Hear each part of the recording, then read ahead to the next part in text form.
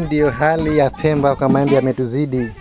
Hatujui tuwapeleke wapi jamani, njoni mtusaidie kula maembe Pemba huku.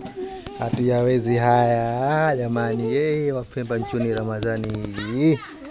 Jamani njoni mle maembe. Haya.